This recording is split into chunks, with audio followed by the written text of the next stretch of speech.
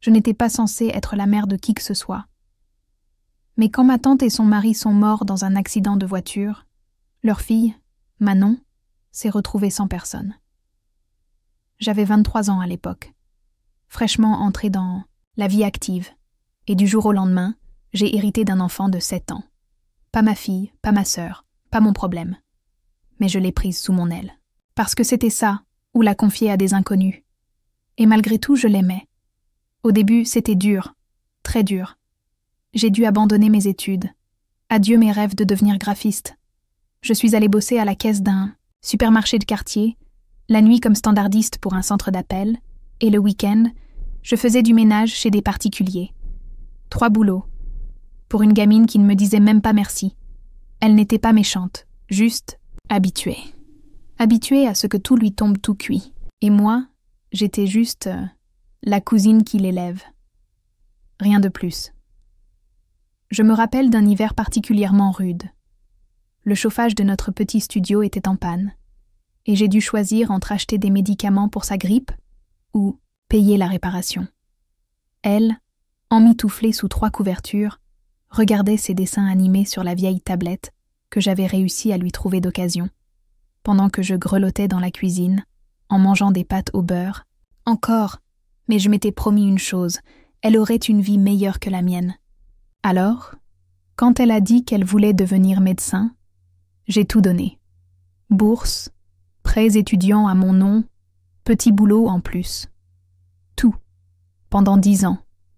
10 ans de sacrifices, de nuits blanches, de repas sautés, de week-ends sans repos. Et Manon, elle brillait. Toujours bien habillée, toujours la première de sa promo, entourée d'amis. Jamais elle ne parlait de moi. Jamais elle ne m'emmenait à ses événements scolaires. C'était comme si je n'existais pas. Mais j'étais fière d'elle. Même si elle ne le voyait pas. Et puis un jour, le courrier est arrivé. Une grande enveloppe blanche avec un cachet doré. Cérémonie de remise des diplômes de la faculté de médecine. Mon cœur s'est emballé. J'allais la voir recevoir son diplôme. Ce moment, je l'attendais depuis 10 ans. Je me suis habillée avec ma plus belle robe. J'ai économisé pour lui acheter un bouquet magnifique. J'étais fatiguée, épuisée même. Mais mon cœur débordait d'amour et de fierté. Ce que je ne savais pas, c'est que cette journée allait être la dernière où j'allais me sentir fière d'elle. Parce que ce jour-là, ma vie allait basculer. Et ce que Manon et ma sœur Élise allaient me dire allait déclencher quelque chose que ni l'une ni l'autre ne verrait venir. Parce qu'on peut cracher sur quelqu'un qui vous a tout donné, mais il faut être prête à en payer le prix. La cérémonie était somptueuse. Une immense salle décorée de guirlandes dorées, de longues tables remplies de petits fours, des verres de champagne qui pétillaient dans les mains des invités, et Manon, rayonnante dans sa toge noire, avec le liseré rouge de la faculté. Elle riait avec ses amis, posait pour des photos, félicitée par ses profs. Moi, j'étais en retrait. Je n'étais pas là pour briller. J'étais là pour la voir briller. Quand elle m'a enfin repérée, dans la foule, elle a esquissé un petit sourire. Poli. Rien d'autre. Pas un mot, pas un « je suis contente que tu sois venue », encore moins un « merci ». J'ai mis ça sur le stress. La journée était importante. J'ai préféré attendre le bon moment, peut-être après la cérémonie, quand les choses se seraient calmées. Peut-être qu'on pourrait dîner ensemble. J'avais encore un petit cadeau dans mon sac, une gourmette gravée avec son nom et la date du diplôme. Elle ne coûtait pas grand-chose, mais pour moi, elle représentait tout ce que je n'avais jamais pu lui dire. Mais le moment ne venait pas. Au contraire. Quand elle est montée sur scène pour faire son petit discours, apparemment, elle avait été choisie comme représentante de promo.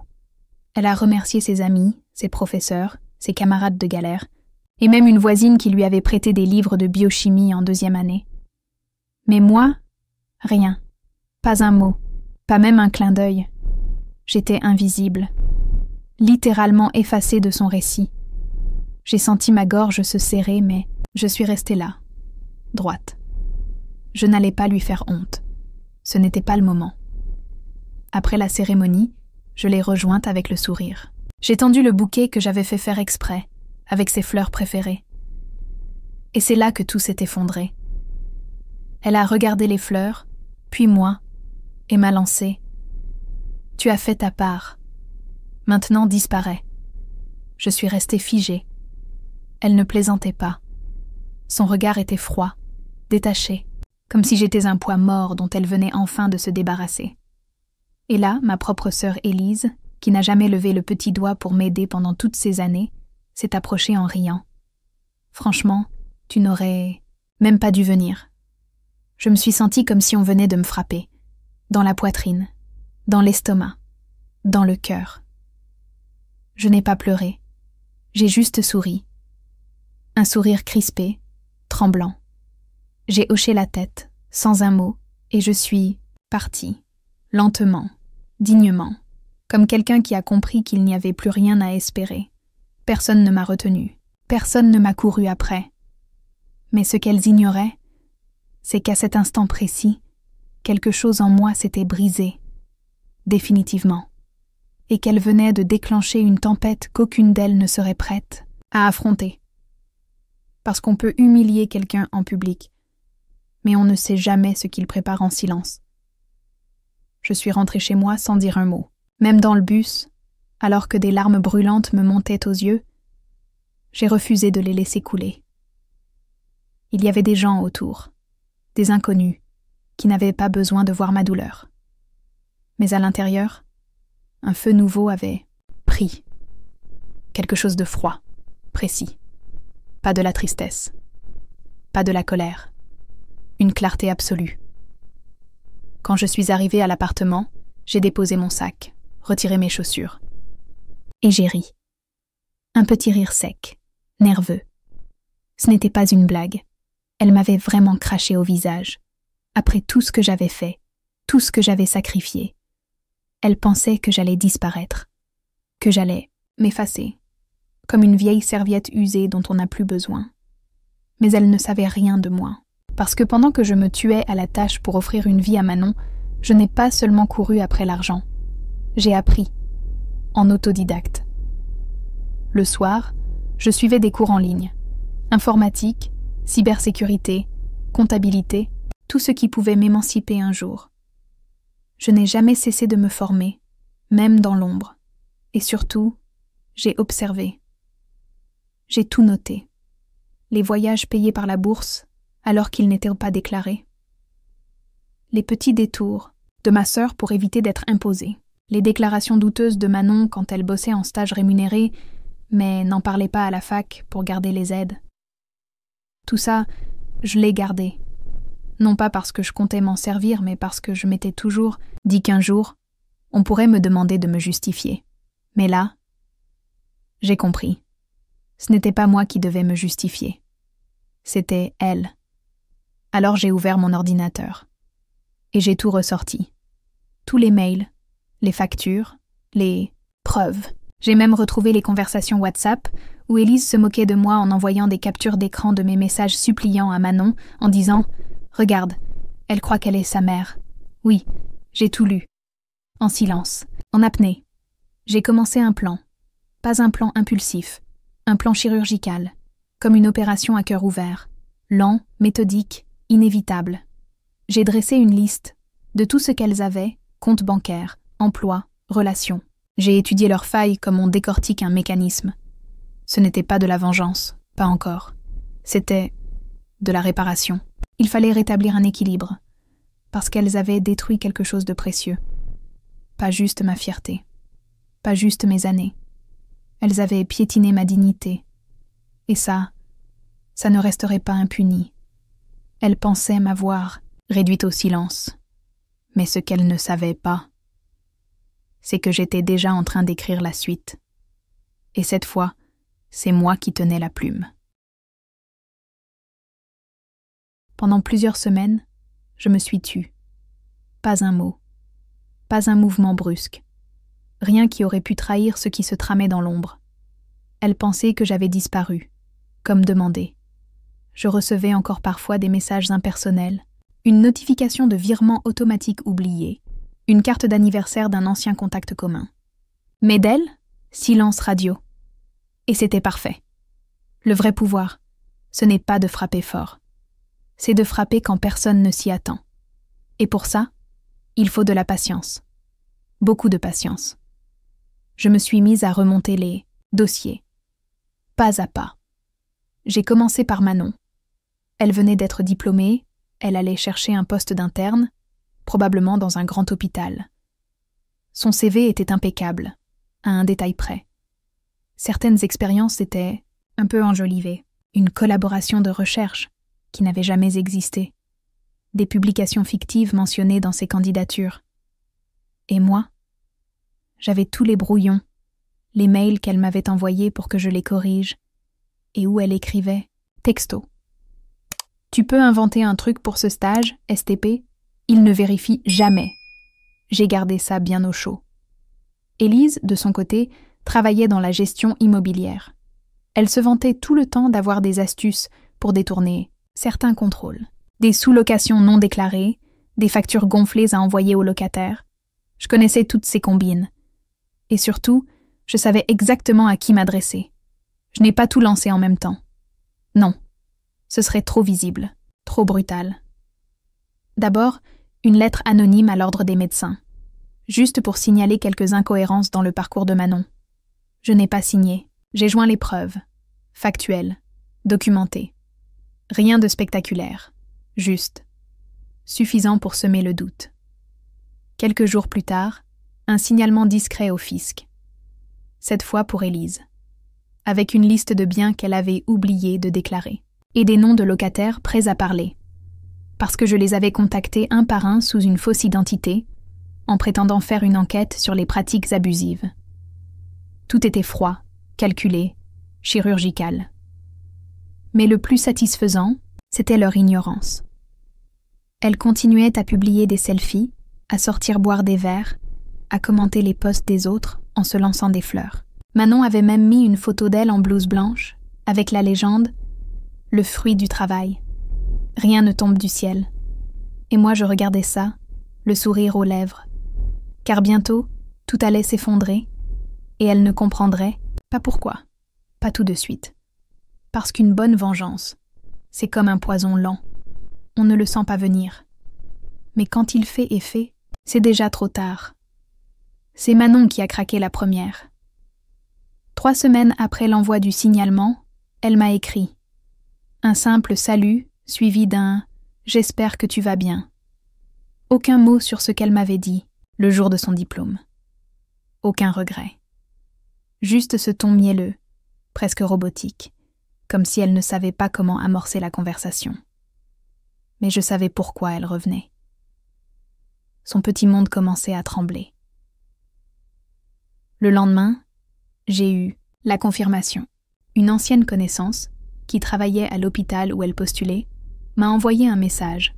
« Dis donc, ta cousine est dans la panade. L'ordre des médecins l'a convoquée pour des vérifications. Elle a l'air en panique. Total. » J'ai lu le message une dizaine de fois, puis je suis allée me faire un café. Tranquillement. Parce que ce n'était que le début. Manon ne s'était jamais retrouvée face à de vraies conséquences. Depuis toujours, elle s'en sortait avec son joli sourire, son air faussement modeste, ses yeux qui imploraient à la compréhension. Mais là, elle ne pouvait plus pleurnicher devant une commission disciplinaire. Elle devait justifier ses mensonges. Et chaque mensonge allait en révéler un autre. Et puis, comme un écho, c'est Élise qui a reçu un coup, un audit fiscal, apparemment déclenché par une erreur administrative. Elle a d'abord cru à une blague, mais non. L'administration lui demandait des justificatifs qu'elle n'avait jamais imaginé devoir fournir. Elle a paniqué. Elle a posté un statut Facebook rageur. Quand l'État préfère traquer les honnêtes citoyens plutôt que les vrais, escrocs, honteux. J'ai failli exploser de rire. Elle se croyait encore intouchable, comme si c'était une injustice venue de nulle part. Mais c'est là que la mécanique de ma vengeance devenait encore plus savoureuse. Elles n'étaient pas attaquées frontalement. Elles étaient minées de l'intérieur. Et pendant ce temps, je restais dans l'ombre, silencieuse, invisible.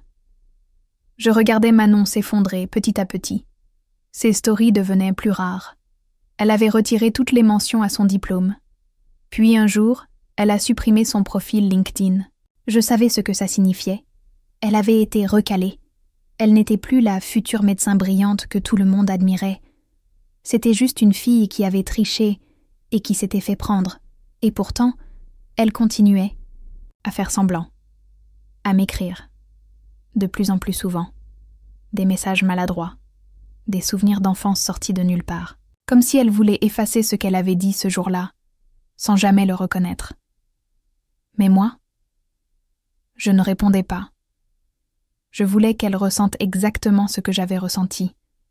Ce vide, cette humiliation, ce sentiment de ne pas exister. Et je savais que plus le silence durait, plus elle allait s'effondrer. La goutte d'eau, ça a été ce coup de fil. Pas pour moi, pour Manon. Elle pensait encore pouvoir sauver les meubles. Elle s'était rendue à l'hôpital pour un dernier entretien, une sorte de second souffle auquel elle s'accrochait, désespérément. Mais la responsable RH ne l'a même pas laissée s'asseoir. Elle lui a tendu une feuille en silence. Nous avons reçu des documents contradictoires concernant votre financement universitaire. Manon a essayé de bredouiller quelque chose, mais la femme l'a coupé. C'est terminé.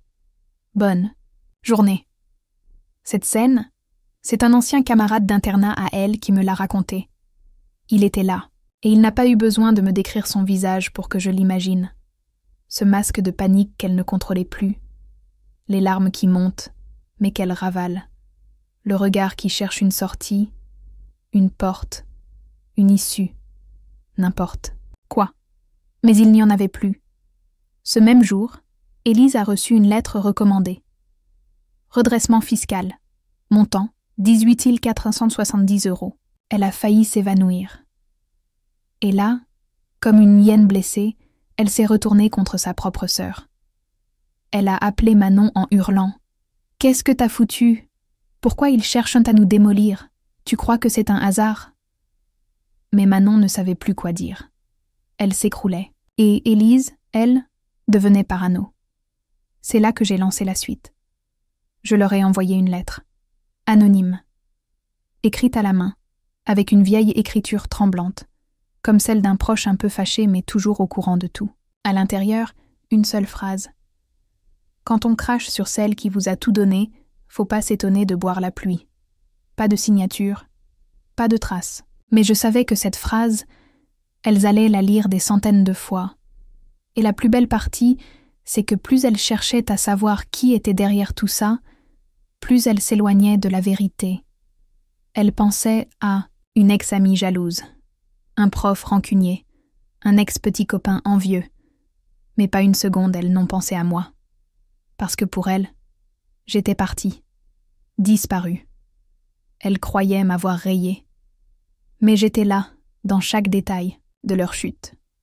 Et pendant ce temps, moi, je vivais. Je mangeais mieux, je dormais mieux, je me reconstruisais. La douleur que je portais depuis des années, cette sensation de n'avoir jamais compté malgré tout ce que j'avais sacrifié, elle s'évaporait lentement, au rythme de leur effondrement. Je ne leur avais pas fait du mal, je leur avais simplement rendu la monnaie, et la partie ne faisait que commencer. Ce matin-là, j'ai reçu un message. Un simple « Salut, on peut parler ?» C'était Manon. La dernière fois qu'elle m'avait adressé la parole, c'était pour me dire de disparaître. Maintenant, elle voulait discuter. Intéressant. Je n'ai pas répondu tout de suite. J'ai attendu.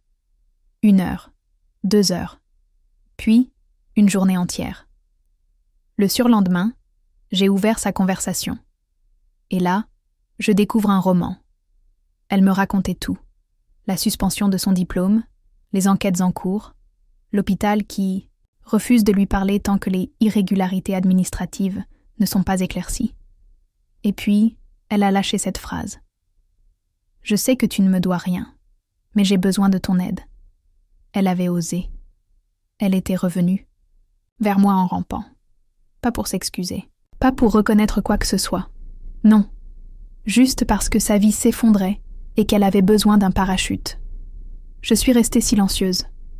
Mais intérieurement, j'étais glaciale.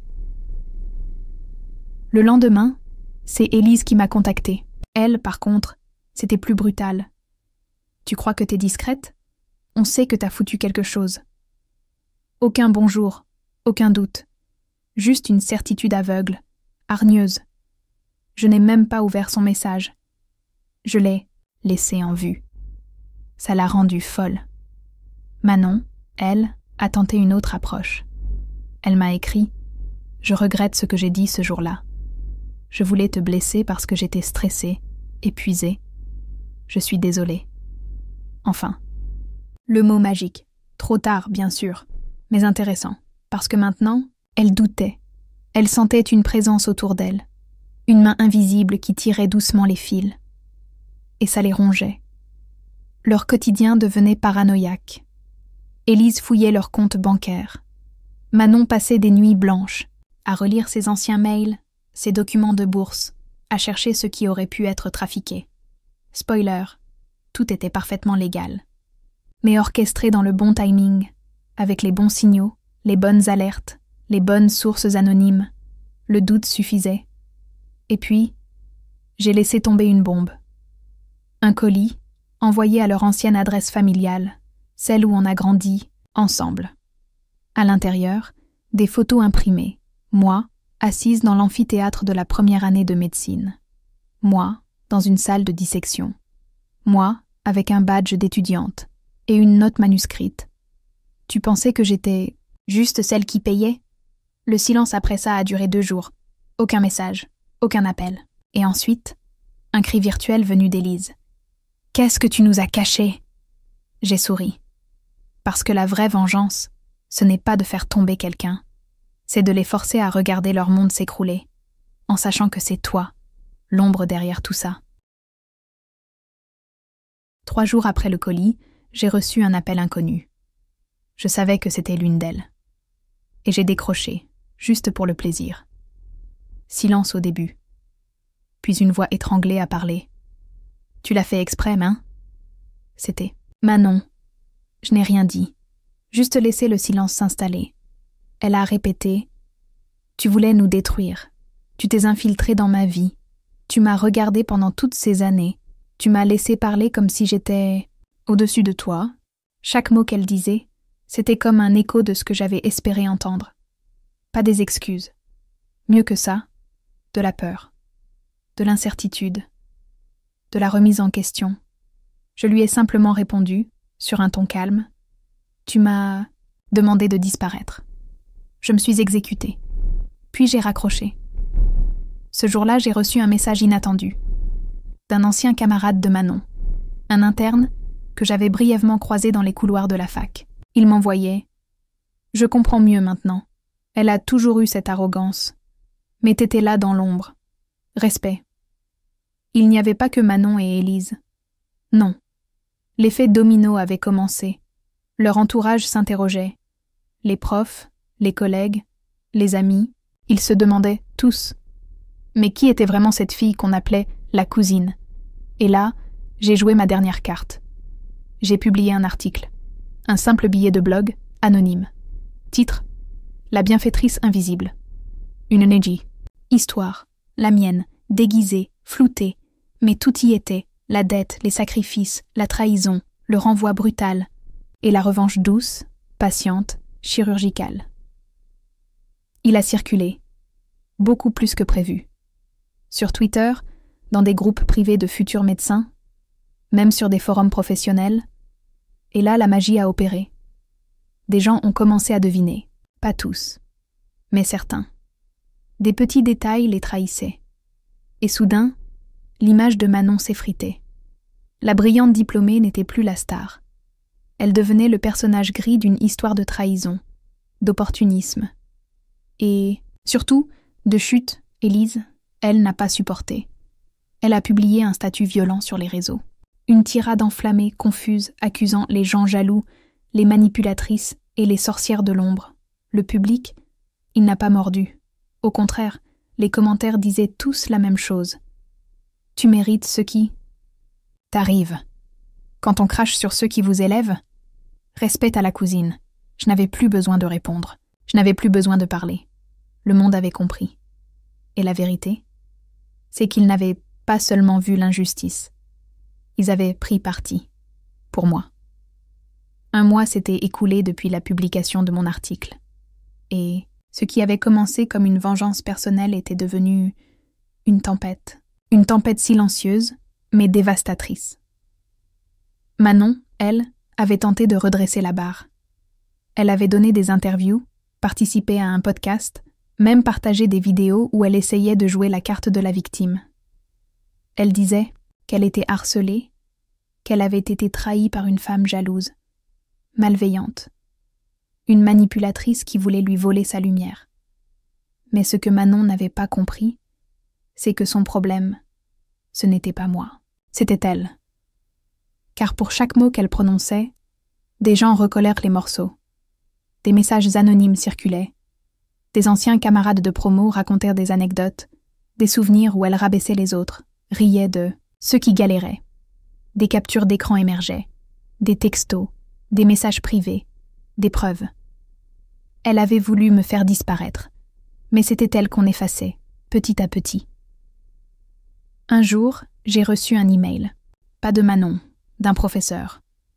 Le genre de personne influente, respectée. Il m'écrivait ceci. « Je n'ai jamais su ce que vous aviez fait pour elle. Je vous ai vu une fois, en silence, dans les coulisses d'un de ses exposés. Aujourd'hui, je comprends. Et je tenais à vous dire merci. Merci d'avoir brisé l'illusion.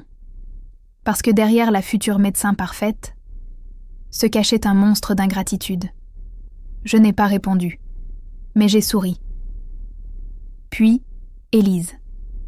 Celle qui riait à la cérémonie. Celle qui m'avait dit que je n'aurais même pas dû venir. Elle a été la première à craquer. Un matin, j'ai appris qu'elle avait désactivé tous ses réseaux, fermé son compte Instagram, mis son LinkedIn en privé. La raison ? Une vidéo avait fuité, une vidéo vieille de 3 ans, où elle se moquait, dans une soirée, de la petite débile qui paye les études de sa cousine en pensant que ça va l'acheter de l'amour familial. C'était moi. Et la vidéo était virale. Elle a essayé de nier, puis de s'excuser. Mais c'était trop tard. Les gens ne pardonnent pas facilement l'hypocrisie, encore moins quand elle est enregistrée. C'est là que j'ai compris quelque chose. Je n'avais plus besoin d'agir. La vérité, c'est que le mensonge s'autodétruit. L'arrogance se retourne toujours contre ceux qui s'en nourrissent. Et moi, j'avais été patiente, silencieuse. Mais aujourd'hui, c'était mon tour de regarder. Et pour la première fois, ce n'était plus moi qui étais dans l'ombre. C'était elle, oubliée, ridiculisée, déchue, et ce n'était que le début. Quand on pense que les gens récoltent ce qu'ils sèment, on imagine rarement à quel point les racines du mal peuvent être profondes. Et dans le cas de Manon, ce n'était pas juste un karma passager. C'était une démolition lente, méthodique, et surtout, publique. 1 semaine après la fuite de la vidéo d'Élise, une autre bombe a éclaté, cette fois sur un forum médical. Quelqu'un, je n'ai jamais su qui, a publié un post détaillant plusieurs cas où Manon aurait plagié des travaux de ses camarades, des études de cas entières, des rapports copiés-collés, parfois même des diagnostics volés lors de travaux de groupe. Des preuves ? Il y en avait. Beaucoup trop. Elle a tenté de nier, encore une fois. Elle a dit que c'était des jaloux, des haters. Mais le mal était déjà fait. Un panel d'éthique universitaire a été convoqué. Et même si elle avait son diplôme, une enquête a été ouverte. Une vraie, le plus glaçant, c'est qu'elle ne comprenait toujours pas pourquoi tout ça lui arrivait. Elle criait à l'injustice, se disait victime d'un complot. Elle parlait de moi, parfois, à demi-mot, mais jamais frontalement, comme si elle avait peur. Et elle avait raison d'avoir peur. Pendant ce temps, moi, je vivais ma vie, calme, stable, loin du chaos. Je recevais des messages de soutien.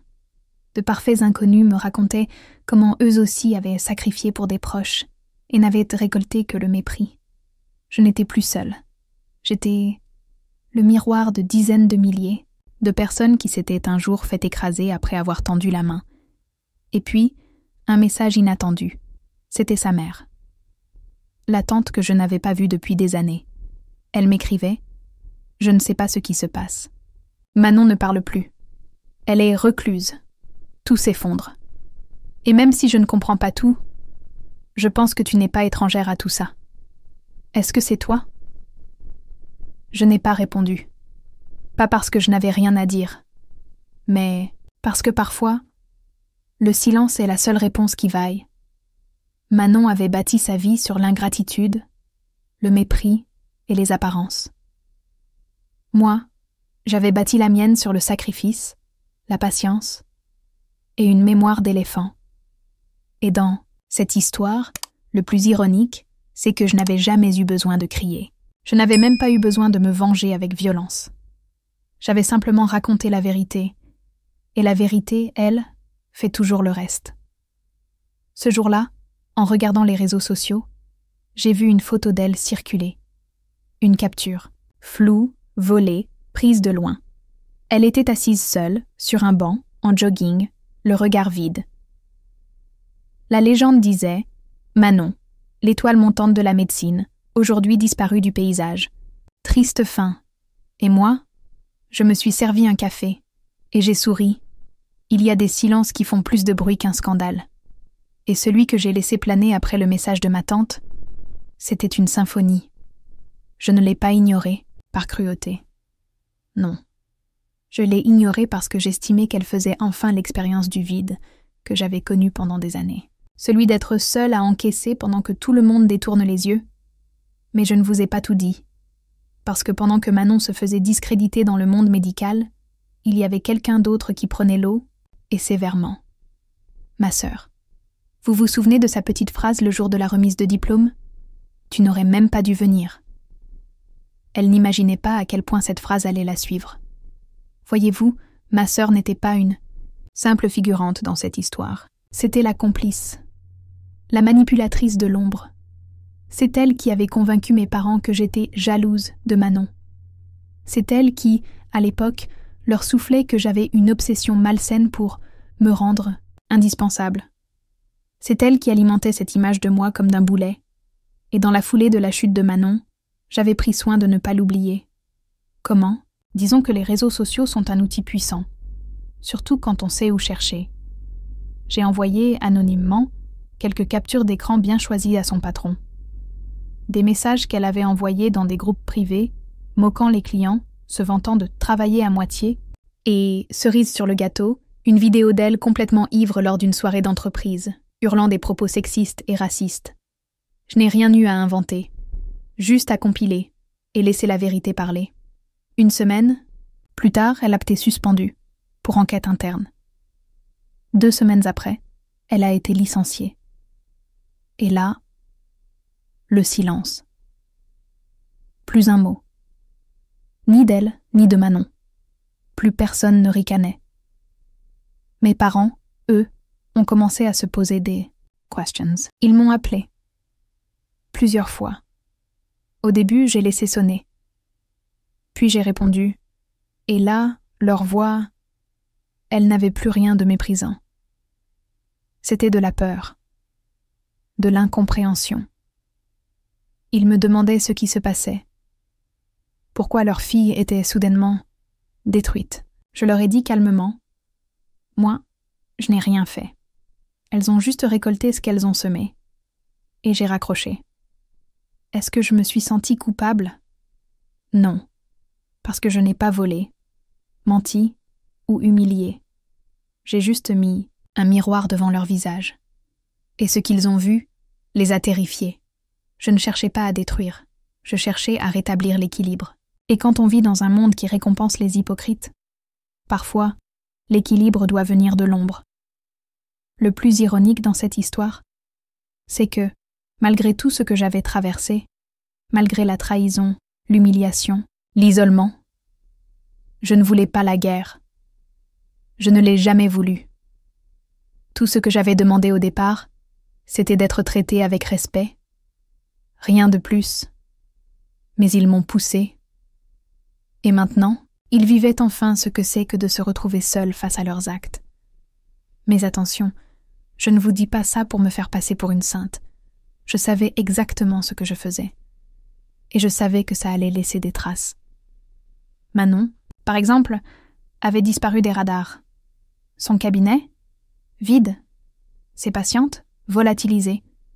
J'ai appris par une connaissance commune qu'elle était retournée vivre chez ses parents. Et là, j'ai souri. Parce que, pour la première fois, elle goûtait à ce que ça fait de perdre tout ce qu'on croyait acquis.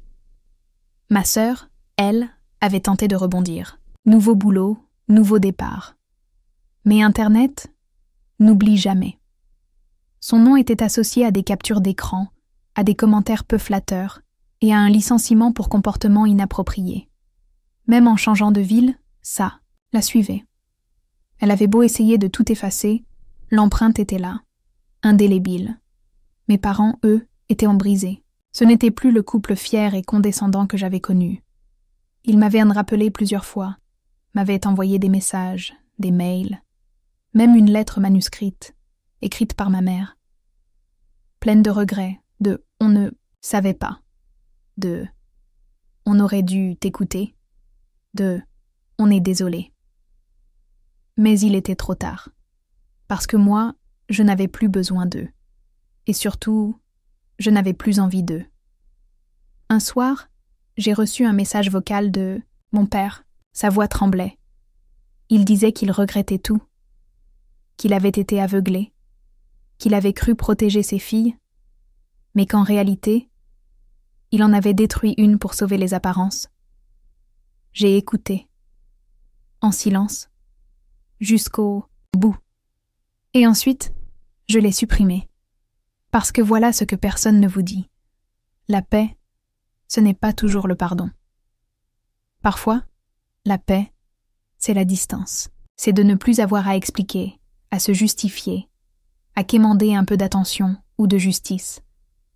Aujourd'hui, je vis loin d'eux. J'ai reconstruit ma vie. Lentement, mais sûrement. Et même si parfois je repense à tout ce qui s'est passé, je ne ressens plus de colère. Juste une forme de soulagement. Ils m'ont effacé de leur histoire pendant des années. Alors j'ai écrit la mienne.